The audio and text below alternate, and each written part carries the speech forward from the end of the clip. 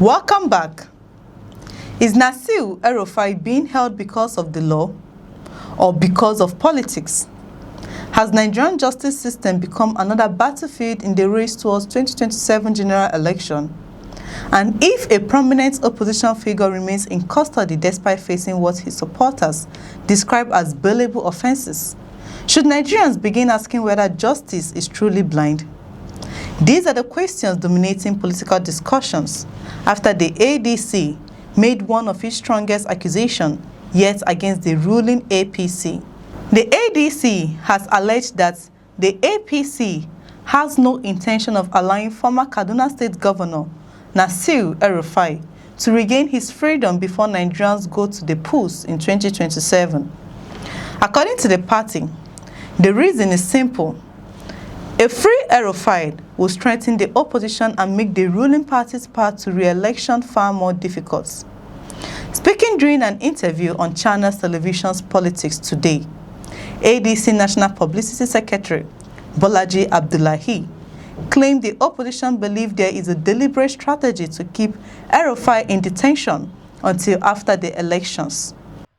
And you proceed to continue to arraign that person and continue to make impossible set conditions for bail that are almost impossible for this person to meet. It creates room for us to believe that you deliberately intend to hold this person in perpetuity. And you are just looking for legal loopholes to hold this person. What I can tell you is that the thinking within the ADC is that the APC government has concluded that they will not release Malam Nasir el-Rufai until after the election.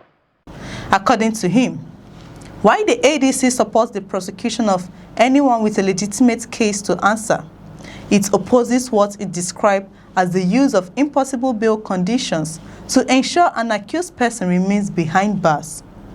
Abdullahi argued that when someone accused of bailable offenses remains in custody because the conditions attached to bail are practically impossible to satisfy, it inevitably raises questions about motive. Is the objective to secure justice or to keep a political opponent out of circulation?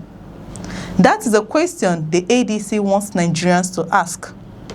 According to Abdullahi, the ruling party understands the political influence el-Rufai still commands and believes his return to active politics will significantly strengthen opposition forces ahead of 2027.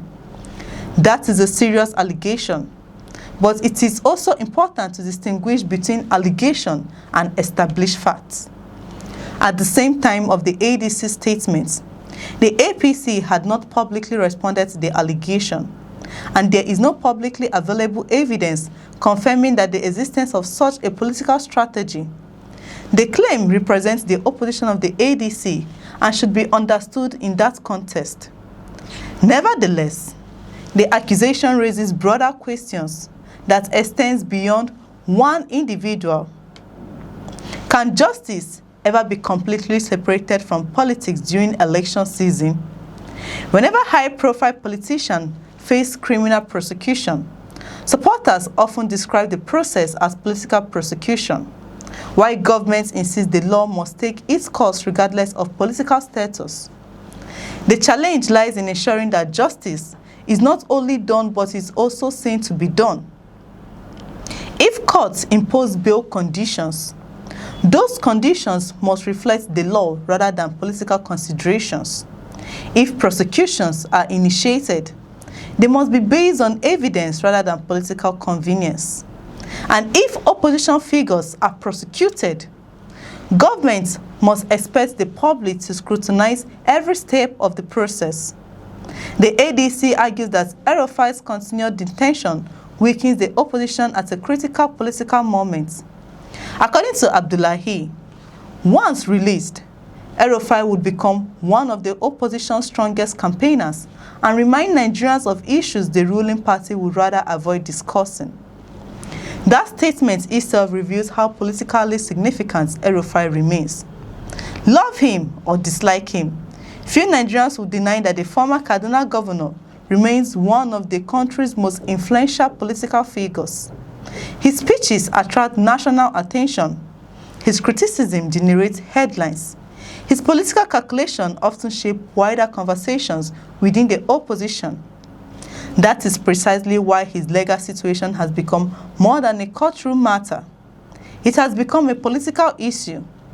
The APC, however, is likely to argue that criminal investigations and prosecution cannot be suspended simply because the person involved is a politician or because elections are approaching.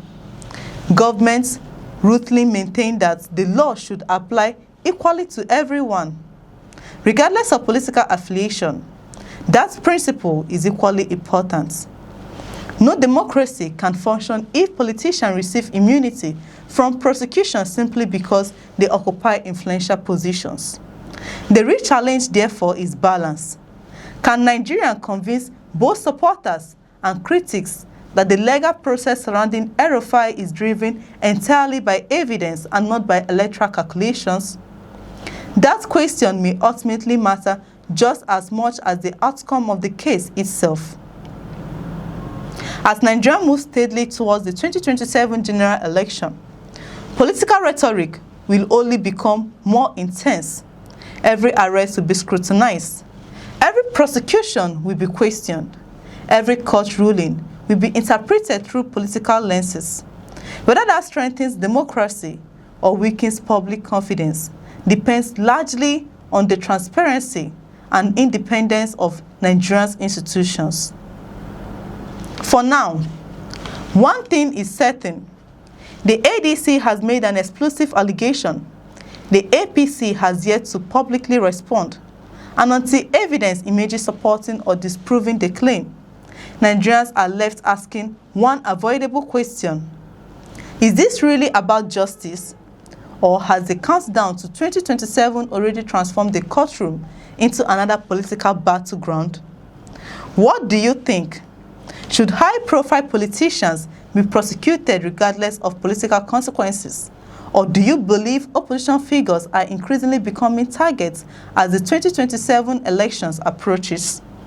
Share your views in the comments below. If you enjoyed this analysis, please like, share, and subscribe for more in-depth coverage of Nigeria's biggest political stories. I'm Chidera Eso. Thanks for watching. We'll see you in the next reports.